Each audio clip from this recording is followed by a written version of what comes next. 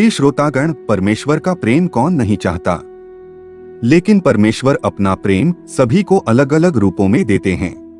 किसी को जीवन में ढेरों दुख मिलते हैं तो किसी का जीवन मिला जुला रहता है, लेकिन एक सामान्य व्यक्ति के साथ जब भी कुछ बुरा होता है तो वह एक बार यह अवश्य ही सोचता है कि पता नहीं क्या परमेश्वर उससे प्रेम करते हैं या नहीं।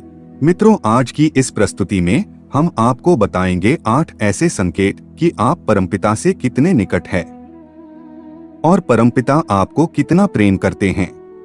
आध्यात्मिकता एवं ज्ञान वृद्धि हेतु हमारे चैनल आर्यलोक को सब्सक्राइब करें।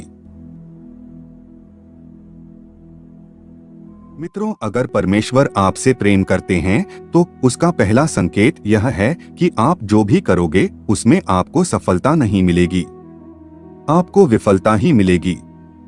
जी हाँ मित्रों, यह सुनकर आपको थोड़ा विचित्र लग सकता है, परंतु यह सच्चाई है कि आप हर चीज में अपना 100% दोगे, परिश्रम और मेहनत करोगे, लेकिन आपको सक्सेस नहीं मिलेगी।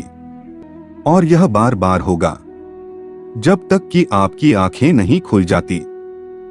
मित्रों, दूसरा संकेत है कि आपको अपने ऊपर जो विश्वास है वह खत्म हो जाएगा। जी हाँ मित्रों, जब परमेश्वर आपके साथ होते हैं तो आपको बिल्कुल अकेला फील होता है। आप नहीं समझ पाओगे कि आपको आगे क्या करना चाहिए। आप खुद को एक ऐसी स्थिति में महसूस करोगे जहां आपकी कोई मदद नहीं कर सकता। आप किसी को अपनी परेशानी शेयर नहीं कर पाओगे। अगर किसी को अपनी परेशानी बता भी दोगे तो वह उनके लिए बहुत छोटी बात होगी, या फिर वह लोग आपकी बात पर ध्यान ही नहीं देंगे। मित्रों, ईश्वर का तीसरा संकेत है आपके जीवन में दुख अपने चरम सीमा पर होंगे। हाँ मित्रों, आपको लगेगा कि मेरे जीवन में इससे बुरा क्या हो सकता है। आप दुख की चरम सीमा को महसूस कर लेंगे। मित्रों, आपने महान लोगों का जीवन तो देखा ही होगा। सभी अपने जीवन में बड़े से बड़े दुखों में गिरे और उनके अंदर वैराग्य आया, और इस जीवन और सांसारिक सुखों के आगे ईश्वर को जानने की उनके मन में प्यास जगी, और अंत में उन्होंने परमेश्वर का साक्षात्कार भी प्राप्त कर लिया। मित्रों, इन दुखों से मनुष्य टूट तो जाता है, लेकिन इन दुखों से ईश्वर के प्रति प्रेम भी विकसित होता है। वह यह समझ जाता है कि संसार में सारे सुख तो नहीं हैं, कुछ तो ऐसा है जो इस संसार से परे है, और वह शायद ईश्वर ही है।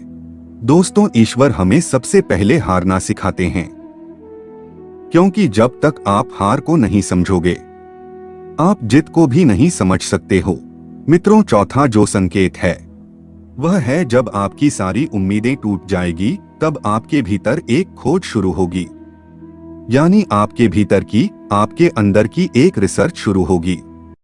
इससे आप खुद को ही परखोगे, अपनी कमियों और खामियों की जड़ तक जाने का प्रयास करोगे। अपने जीवन में जो कुछ भी खो दिया है या जिसमें भी विफल हुए हो उसका कारण ढूंढोगे। आप खुद से सवाल करोगे। मित्रों, यही वह वक्त होता है जब आप अपने अंदर से, आत्मा से जुड़ने लगते हो और आपके जीवन में एक नया बदलाव आता है। दोस्तों, पांचवा संकेत है आपके चरित्र में, आपके व्यक्तित्व में बदलाव आता है।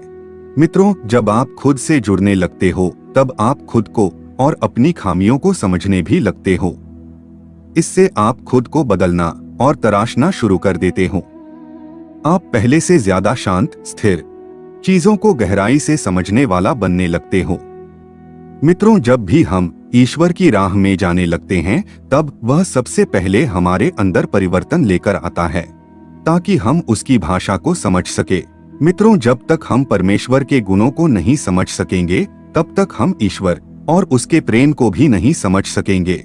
इसीलिए ईश्वर हमारे अंदर बदलाव लाते हैं, हमें उनकी भाषा को समझना सिखाते हैं, चाहे फिर वह दुख हो या कोई और खास अनुभव। छठा संकेत है आप किसी भी चीज में हार या जीत का अनुभव नहीं करोगे।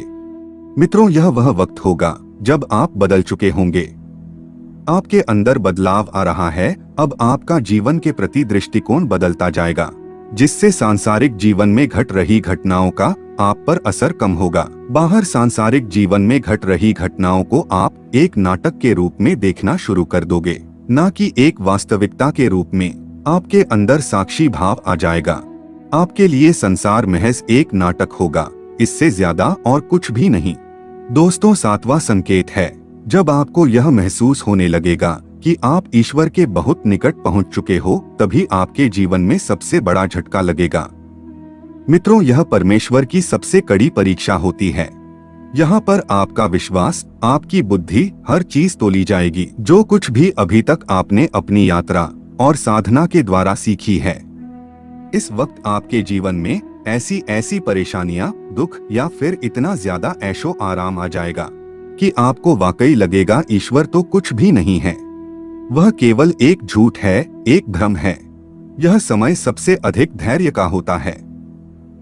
अगर इस समय आप अपने पद से विचलित नहीं हुए तो 8वें संकेत के रूप में या तो ईश्वर खुद आपके समक्ष प्रस्तुत हो जाते हैं, फिर चाहे वो किसी भी रूप में हो। दोस्तों, यह 8वां संकेत ऐसा होता है जिसे शब्दों में व्यक्त नहीं किया जा सकता। इस स्थिति पर पहुंचने पर आपके मन में लेश मात्र भी संशय नहीं रह जाएगा कि ईश्वर आपके साथ नहीं है। आपको हर पल ईश्वर का और उसके आपके साथ होने का एहसास होगा। आप इस अनुभूति को पाकर मदमस्त रहेंगे और आपको ऐसी शांति और आनंद की अनुभूति होगी जिसे शब्दों के द्वारा तो नहीं कहा जा सकता है। मित्रों, यह बातें आपको कैसी लगी हमें कमेंट करके बताना ना